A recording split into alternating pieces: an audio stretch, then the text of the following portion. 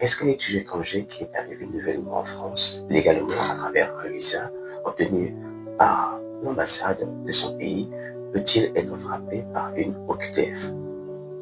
Restez jusqu'à la fin, je vous explique. N'oubliez pas de liker, de vous abonner et de partager pour que la vidéo puisse aider d'autres personnes.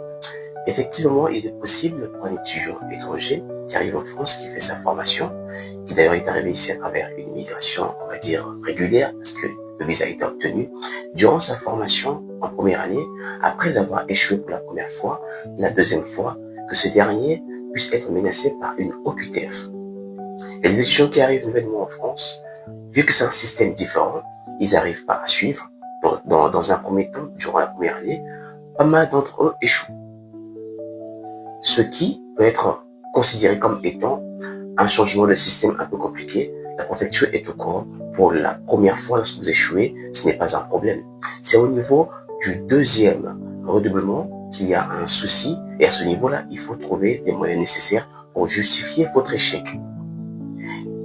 Il est possible qu'en travaillant pour certains étudiants et d'avoir un travail à côté, cela ne peut pas vous garantir une concentration à 100%. Un job étudiant et une formation à côté, c'est toujours bouleversant. Alors, lorsque vous serez sur le point de renouveler votre titre de séjour, il est important de rédiger une lettre explicative à travers laquelle vous allez expliquer à la préfecture que vous avez redoublé pour la deuxième fois parce que vous avez un job à côté qui vous permet de financer vos études, ce qui ne vous permet pas d'avoir une concentration à 100%. C'est l'un des motifs importants. C'est une raison légitime de pouvoir justifier son redoublement. Il est important d'expliquer dans les moindres détails ce que vous vivez. Votre travail et votre formation, ça fait beaucoup pour une concentration. À ce niveau-là, vous aurez plus de chances d'obtenir votre titre de séjour. Le renouvellement se passera bien. La plupart des gens ont réussi à le faire. Donc, dans un premier temps, c'était un peu compliqué. On a redoublé une première fois, deuxième fois. La troisième fois, là, ça devient encore beaucoup plus compliqué. Vous pouvez éviter pour la troisième fois, lorsque vous arrivez à redoubler pour la deuxième fois, vous avez la possibilité de changer de formation. Vous avez commencé par exemple à faire les mathématiques, ça ne fonctionne pas.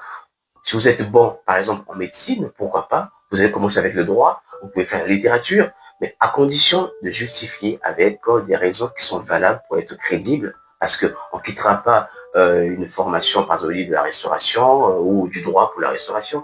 C'est pas tellement crédible. Donc, et la possibilité, et donc cette vision-là de pouvoir rédiger une lettre explicative à la préfecture